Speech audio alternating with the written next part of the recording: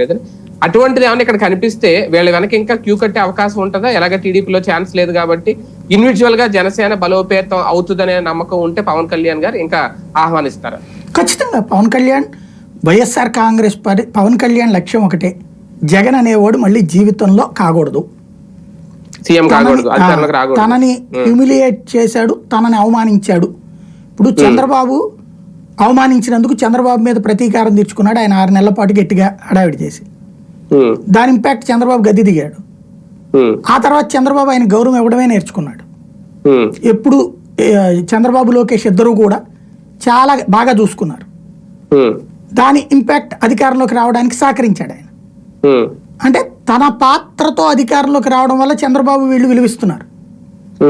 అదే జగన్మోహన్ రెడ్డి తన పాత్రతో లేకపోవడం వల్ల తనని చాలా చులకం చేసి చూశాడు. తనని ఆ పెళ్లిళ్ళు ఇట్లాంటివన్నీ మాట్లాడాడు. జగన్ అనేవాడు రాజకీయాల్లో పనికిరాడనేది పవన్ కళ్యాణ్ ఉద్దేశం. జగన్ మీద ఎంతగా పబ్లిక్ లో నెగిటివ్ క్రియేట్ చేయాలో అది చంద్రబాబు చెప్తే ఎక్కదు. ఎందుకని చంద్రబాబుకి జగన్ కి రాజకీయ శత్రుత్వం ఉంది కాబట్టి. పవన్ కళ్యాణ్ చెప్తే ఎక్కుతుంది. పవన్ కళ్యాణ్ ఇక్కడ జగన్ ని రాజకీయ సమాధి చేయాలనుకుంటున్నాడు, శాశ్వత సమాధి చేయాలనుకుంటున్నాడు.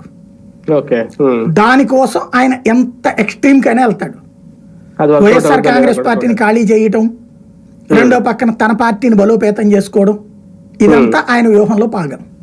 ఆయన కూడా ఇంకా ప్రతి సంక్షోభాన్ని ఒక అవకాశంగా మార్చుకోవాలని డిసైడ్ అయిపోయారేమో, బాబు గారి స్కూలే కాబట్టి. ఖచ్చితంగా ఇదే టైంలో ఇంకొక దెబ్బ ఈ వారం గట్టిగా తగిలిన దెబ్బ జగన్మోహన్ రెడ్డి గారికి. ఆర్ కృష్ణయ్య రాజీనామా చేయడం, అనుకోకుండా ఒక్కసారిగా ఆయన రాజీనామా చేయడం, ఇది కంప్లీట్లీ భారతీయ జనతా పార్టీ వ్యూహం అనేది ఒక చర్చ. ఏమీ లేకుండా ఆయన ఎందుకు బయటకు వెళ్తారు, ఏ ఆఫర్ ఇవ్వకుండా ఎందుకు వెళ్తారు అనేది. అంటే జగన్మోహన్ రెడ్డి పదవులు ఇచ్చారు కానీ వాళ్ళని కాపాడుకోలేకపోయారా?